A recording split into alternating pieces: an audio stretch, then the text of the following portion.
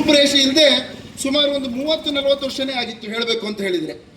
ಅದಕ್ಕಿಂತಲೂ ಹೆಚ್ಚಿನದಾಗಿ ನಮ್ಮ ಮಾರ್ಕೆಟ್ ರಸ್ತೆ ಅವರ ಒಂದು ನೇತೃತ್ವದಲ್ಲಿ ಅಗಲೀಕರಣ ಆಗಲೇಬೇಕು, ನಾವೆಲ್ಲ ಸುಂದರ ನಗರವನ್ನು ಒಂದು ಕಾಣಲೇಬೇಕು ಅನ್ನೋ ಒಂದು ಉದ್ದೇಶ ನಮಗೂ ಇದೆ, ಅವರಿಗೂ ಕೂಡ ಇದೆ.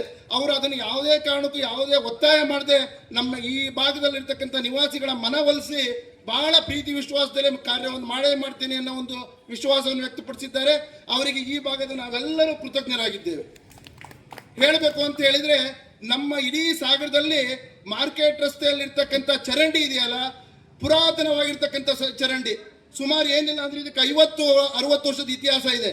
ಇವತ್ತು ನೀವೆಲ್ಲರೂ ನೋಡ್ಬೋದು, ಈ ಥರ ಒಳಲೆ ಹಾಕಿ ಕ್ಲೀನ್ ಮಾಡುವಂಥ ಚರಂಡಿ ಏನಾರ ಇದೆ ಅಂತ ಹೇಳಿದ್ರೆ ನಮ್ಮ ಸಾಗರದಲ್ಲೇ ಇರ್ತಕ್ಕಂಥದ್ದು. ನಾವು ಇಂದಿರಾ ಗಾಂಧಿ ಅವ್ರ ಪೀರಿಯಡಲ್ಲಿ ಅಲ್ಲಿಂದ ಕೂಡ ರಸ್ತೆ ಅಗಲೀಕರಣದ ಮಾರ್ಕ್ ಹಾಕೊಂತ ಬರ್ತಾ ಇದ್ದಿದ್ದು ನೋಡ್ತಾನೆ ಇದ್ವಿ. ಯಾವತ್ತೂ ಕೂಡ ಅದು ಕನಸಾಗೆ ಉಳಿದು ಬಿಡ್ತು. ಇವತ್ತೇ ಅವರು ಬಹಳ ವಿಶ್ವಾಸದಿಂದ ನಿಮ್ಮೆಲ್ಲರ ಒಂದು ಪ್ರೀತಿಯನ್ನು ಗಳಿಸ್ಕೊಂಡೆ ನಾವು ಒಂದು ಕೆಲಸ ಮಾಡ್ತೀವಿ ಅಂತ ಹೇಳ್ತಿದ್ದಾರೆ. ಅವರಿಗೆ ಮತ್ತೊಮ್ಮೆ ಮಾರ್ಕೆಟ್ ರಸ್ತೆಯ ಪರವಾಗಿ ಹಾಗೆ ಸಂಗಮೇಶ್ವರ ರಸ್ತೆಯ ಪರವಾಗಿ ಹೃತ್ಪೂರ್ವಕ ಧನ್ಯವಾದಗಳನ್ನು ಸಲ್ಲಿಸ್ತಾ ಇದ್ದೀನಿ. ಹಾಗೆ ಈ ಒಂದು ಕಾರ್ಯಕ್ಕೆ ಸಹಕಾರವನ್ನು ನೀಡಿರ್ತಕ್ಕಂಥ ಸಾಗರ ನಗರಸಭೆ ಅವರಿಗೆ, ನಗರಸಭೆಯ ಅಧಿಕಾರಿ ವರ್ಗಗಳಿಗೂ ಕೂಡ ಸಾಗರದ ವೀರಶೈವ ಸಮಾಜ ಹಾಗೂ ಮಾರ್ಕೆಟ್ ರಸ್ತೆ ಮತ್ತು ಸಂಗಮೇಶ್ವರ ರಸ್ತೆಯ ಪರವಾಗಿ ಹೃತ್ಪೂರ್ವಕ ಧನ್ಯವಾದಗಳನ್ನು ಸಲ್ಲಿಸ್ತಾ ಇದ್ದೀನಿ. ಹಾಗೆ ಈ ಒಂದು ಯೋಜನಾ ಪ್ರಾಧಿಕಾರದ ಅಧ್ಯಕ್ಷರಾಗಿರ್ತಕ್ಕಂಥ ಸುರೇಶ್ ಬಾಬು ಅವರಿಗೂ ಕೂಡ ಸಮಾಜದ ಪರವಾಗಿ ಹೃತ್ಪೂರ್ವಕ ಅಭಿನಂದನೆ ಸಲ್ಲಿಸ್ತಾ ಇದ್ದೇವೆ. MLA ಅವ್ರನ್ನ ಯಾಕೆ ಅಂತ ಹೇಳಿದ್ರೆ ಇವತ್ತೇ ಬಹಳ ಕುಹುಕ ಬುದ್ಧಿಯಲ್ಲಿರ್ತಕ್ಕಂಥ ಬಹಳಷ್ಟು ಕೆಲವೇ ಜನಗಳು ಸರ್ಕಾರ ಪಂಚ ಗ್ಯಾರಂಟಿಗಳ ಮುಖಾಂತರ ಅವನತಿ ಹೊಂದಿಬಿಟ್ಟಿದೆ, ಏನು ಅಭಿವೃದ್ಧಿನೇ ಮಾಡ್ತಾ ಇಲ್ಲ ಅಂತ ಹೇಳ್ತಿದ್ದಾರೆ. ಆದರೆ ನಿಜವಾಗ್ಲೂ ಹೇಳಬೇಕು ಅಂತ ಹೇಳಿದರೆ ಸಾಗರದಲ್ಲಿ ಬಂದು ನೋಡಿದರೆ ಸುಮಾರು ಒಂದು 6 ತಿಂಗಳ ಹಿಂದೆ ಮಳೆಗಾಲದ ಅನಾನುಕೂಲತೆಗಳಿಂದ ಯಾವುದೇ ಕಾಮಗಾರಿಗಳಾಗಿರಲಿಲ್ಲ.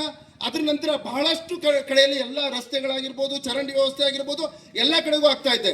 ಯಾವುದೇ ಪಂಚ ಗ್ಯಾರಂಟಿಗಳಿಂದ ನಿಜವಾಗ್ಲೂ ಹೇಳಬೇಕು ಅಂದರೆ ಜನಗಳಿಗೆ ಅನುಕೂಲ ಆಗಿದೆ ಹೊರತು ಬಡಬಗರು ಇವತ್ತು ಏನಾದ್ರು ನಕ್ಕಂತ ಜೀವನ ಮಾಡ್ತಿದ್ದಾರೆ ಅಂದರೆ ಆ ಪಂಚ ಯೋಜನೆಗಳಿಂದ ಅಂತ ನಾನಂತೂ ಭಾವಿಸ್ಕೊಂಡಿದ್ದೇನೆ.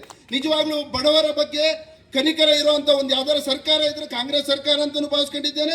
ಹಾಗೆ ನಮ್ಮೆಲ್ಲರಿಗಿಂತ ಮುಖ್ಯವಾಗಿ ಸನ್ಮಾನ್ಯ ಗೋಪಾಲಕೃಷ್ಣ ಬೇಳೂರು ಅವರು ಪಕ್ಷಾತೀತ ಮನೋಭಾವದವರು. ಹಾಗಾಗಿ ಅವರಿಗೆ ಮತ್ತೊಮ್ಮೆ ಸಮಾಜದ ಪರವಾಗಿ ಎಲ್ಲ ರಸ್ತೆ ನಿವಾಸಿಗಳ ಪರವಾಗಿ ಹೃತ್ಪೂರ್ವಕ ವಂದನೆಗಳೊಂದಿಗೆ ಜೈಕಾರವನ್ನು ಹಾಕ್ತಾ ಇದ್ದೇನೆ. ಸನ್ಮಾನ್ಯ ಗೋಪಾಲಕೃಷ್ಣ ಅವರಿಗೆ ಜಯವಾಗಲಿ. ಸನ್ಮಾನ್ಯ ಗೋಪಾಲಕೃಷ್ಣ ಬೇಳೂರು ಅವರಿಗೆ ಧನ್ಯವಾದಗಳು.